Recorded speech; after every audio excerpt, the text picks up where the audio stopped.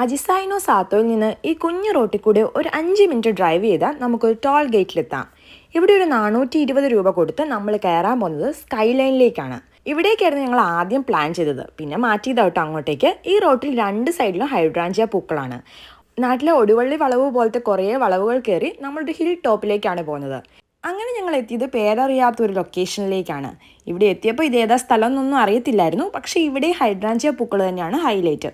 കുറച്ച് കാറുകളൊക്കെ പാർക്ക് ചെയ്ത് കണ്ടിട്ടാണ് ഞങ്ങൾ ഈ ലൊക്കേഷനിലേക്ക് വന്നത്. ഇവിടെ ഒരു വാർ മെമ്മോറിയൽ എന്ന് കണ്ടപ്പോൾ ഞങ്ങൾ വിചാരിച്ചു വാർ മെമ്മോറിയൽ ആണെന്ന്. പക്ഷേ വീട്ടിൽ വന്ന് ഗൂഗിൾ മാപ്പിൽ നോക്കിയപ്പോഴാണ് ഇതൊരു ബുദ്ധിസ്റ്റ് ടെമ്പിളാണെന്ന് മനസ്സിലായത്. ഈ യാത്ര ഞങ്ങൾക്ക് ഏറ്റവും ഇഷ്ടപ്പെട്ടത് ഈ വ്യൂ ആണ്. ഇത് അടിപൊളിയല്ലേ? ഈ കാണുന്നത് മിക്കവാ ബേ ആണ്. ഇവിടെയാണ് ഞങ്ങൾ ഏറ്റവും കൂടുതൽ ടൈം സ്പെൻഡ് ചെയ്തത്.